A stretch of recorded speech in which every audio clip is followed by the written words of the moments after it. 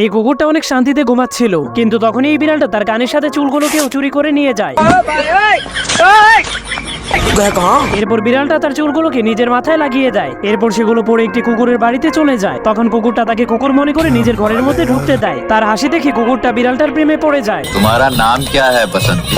এরপর বিড়ালটা কুকুরটাকে একটি হাড় দিয়ে দেয়। তখন কুকুরটা অনেক খুশি হয়ে হাড়টাকে নিয়ে বাইরে চলে যায়। ঠিক তখনই বিড়ালটা একটি সিঁড়ি লাগিয়ে তাদের ঘরের পাখিটাকে খাঁচা থেকে বের করে ফেলে। বিড়ালটা এই নাটকগুলো পাখিটাকে খাওয়ার জন্যই করেছিল, কিন্তু সে পাখিটাকে খেতে গেলেই কুকুরটা সেখানে চলে আসে। তখন কুকুরটা পাখিটাকে খাঁচার মধ্যে রেখে তার উপর অনেক রেগে যায়, কিন্তু বিড়ালটা তাকে আবারও একটি হাড় দিয়ে দেয়। তখন কুকুরটা আবারও হাড়টাকে লুকানোর জন্য বাইরে চলে যায়। এভাবেই বিড়ালটা বারবার পাখিটাকে খাওয়ার চেষ্টা করছিল, কিন্তু সে পাখিটাকে খেতে গেলেই কুকুরটা বারবার হাড়গুলোকে লুকিয়ে চলে আসতো। কিন্তু তখনই বিড়ালটা ভুল করে সিঁড়ি থেকে নিচে পড়ে যায়, যার কারণে বিড়ালের নকল চুলগুলো কুকুরের হাতে পড়ে যায়। এরপর কুকুরটা নকল চুলগুলোকে হার মনে করে লুকাতেই যাচ্ছিল, কিন্তু তখনই সে চুলগুলো দেখার পর সবকিছুই বুঝে ফেলে। এরপর বিড়ালটাকে এক লাথি মেরে ঘর থেকে বের করে দেয়।